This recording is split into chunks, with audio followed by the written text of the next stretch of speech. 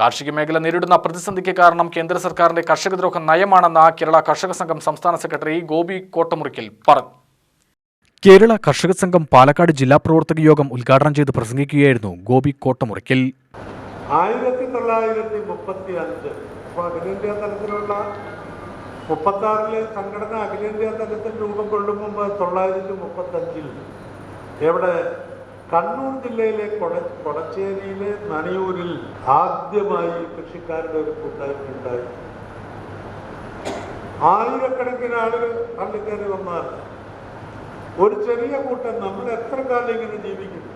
അത്ര അസഹനീയമായ ആക്രമണം നമുക്കെതിരെ വരുമ്പോൾ നമ്മൾ ഒരുമിച്ച് നിൽക്കണ്ടേ?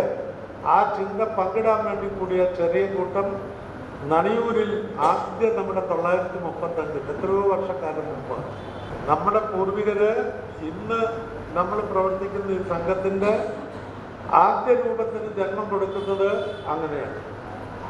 തുടർന്ന് എന്ത് സംഭവിച്ചു? 1937 അഖില മലബാർ കർഷക സംഘവും 1940 കൊച്ചി കർഷക സഭയും, അവിടെ 32 പേര് ആണ് കൊച്ചി കർഷക സഭയുടെ ആദ്യമുണ്ട്.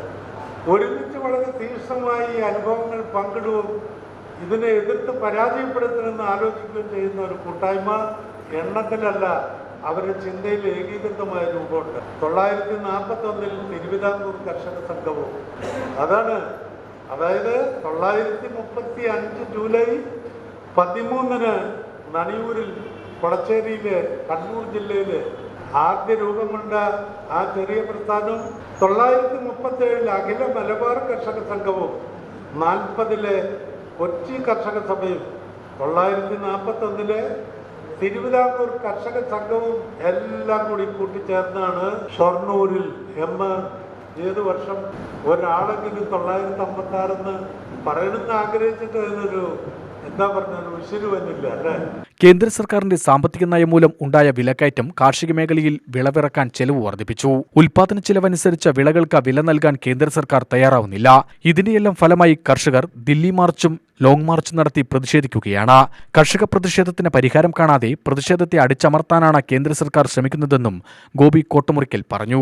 പാലക്കാട് NGO ഹാളിൽ ഈ പത്മനാഭൻ സ്മാരകത്തിൽ നടന്ന പ്രവർത്തക യോഗത്തിൽ കർഷക സംഘം ജില്ലാ പ്രസിഡന്റ് KD പ്രസന്നൻ MLA അധ്യക്ഷനായി. കർഷക സംഘം നേതാക്കളായ CK Rajendran, MR Murali, S Subhash Chandrabose, Jose Mathews എന്നിവർ പ്രസംഗിച്ചു. UTV news Palakkad.